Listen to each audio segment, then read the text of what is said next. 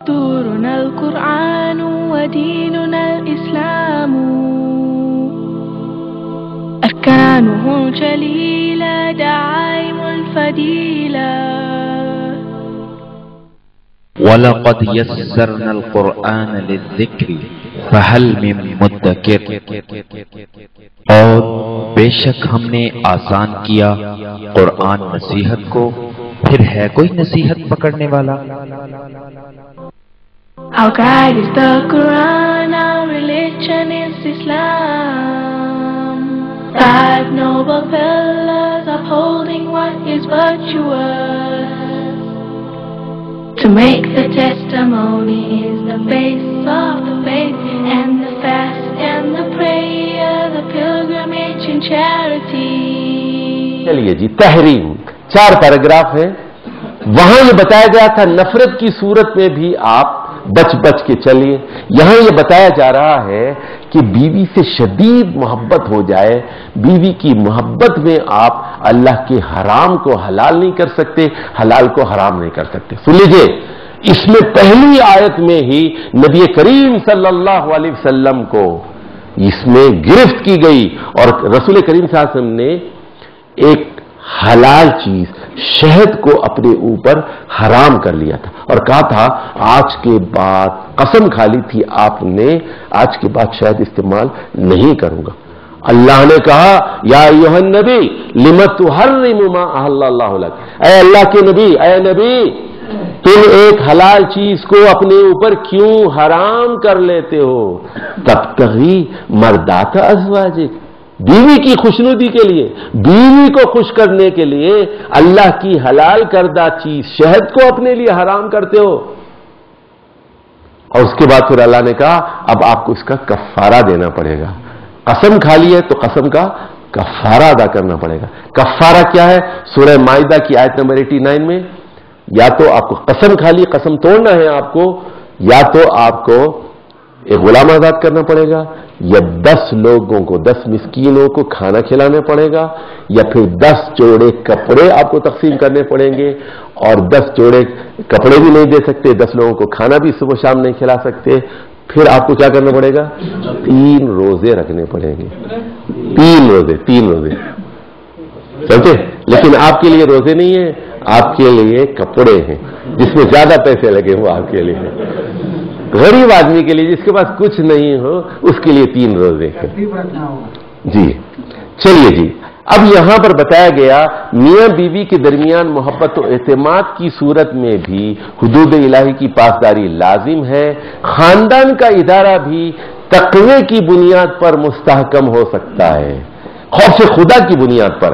اچھا جی، پہلے پیراگراف میں بتایا گیا کہ بیوی کی محبت میں بھی حدود الہی کا لحاظ کرنا ضروری ہے. دوسرے پیراگراف میں کہا گیا اپنے علاوہ بیوی بچوں کے بارے میں بھی فکر مند ہونا چاہیے.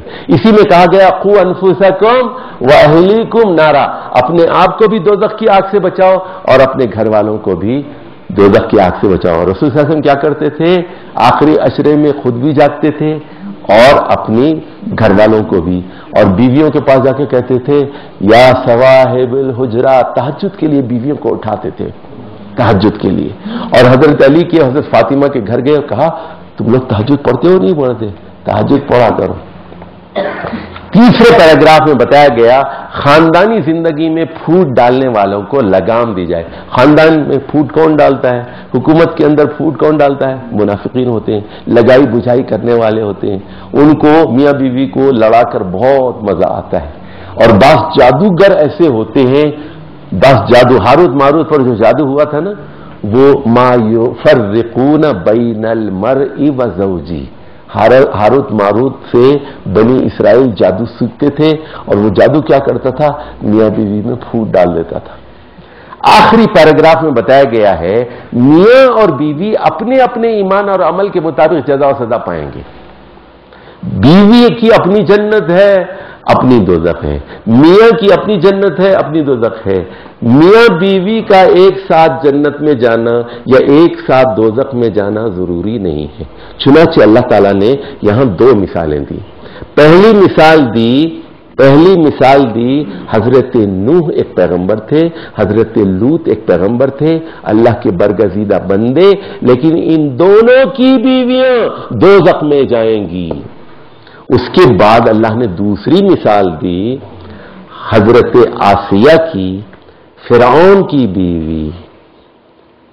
فرعون دوزخ میں جائے گا، فرعون کی بیوی جنت میں جائے گی۔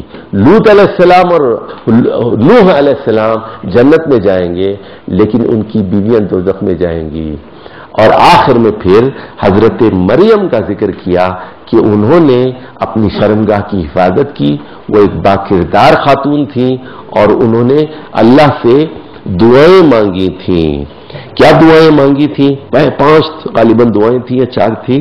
پہلی چیز دعا یہ کی انہوں نے، حضرت مریم نے، رب ابن لی عندک بیتن فی الجنہ، اپنے پاس جنت میں میرے لیے گھر بنا دے۔ دیکھیے کیا دعا تھی حضرت مریم کی، پہلی دعا فرعون کی بیوی حضرت مریم۔ دوسری دعا جو انہوں نے کی فرعون کی بیوی حضرت آسیہ نے، میرے لیے جنت میں، پہلی دعا یہ تھی ایک گھر اپنے پاس بنا دے، دوسری یہ تھی نجنی من فرعون، فرعون سے مجھے چھٹکارا دے، فرعون سے نجات دے۔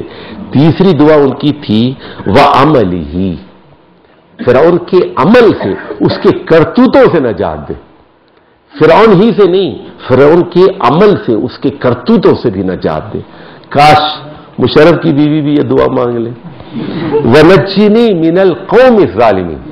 اور صرف سنیے، صرف دیکھیے یہ نقطہ میں بیان کرتا ہوں، ذرا سمجھ لیجئے، صرف فرعون سے نجات کی دعا نہیں مانگی، پورا جو سسٹم تھا وہ کرپٹ سسٹم تھا، وہ آرمی کا رول تھا، فوجی حکومت تھی، وہ پورا جس کو وہ کہتے تھے طریقتکم المثلی، آئیڈیل سسٹم کہتے تھے، کہا کہ وہ پورے آئیڈیل سسٹم پر لعنت، ڈکٹیٹرشپ کا نظام، وہ ظالم قوم ہے، اس پورے سسٹم سے مجھے نجات دے۔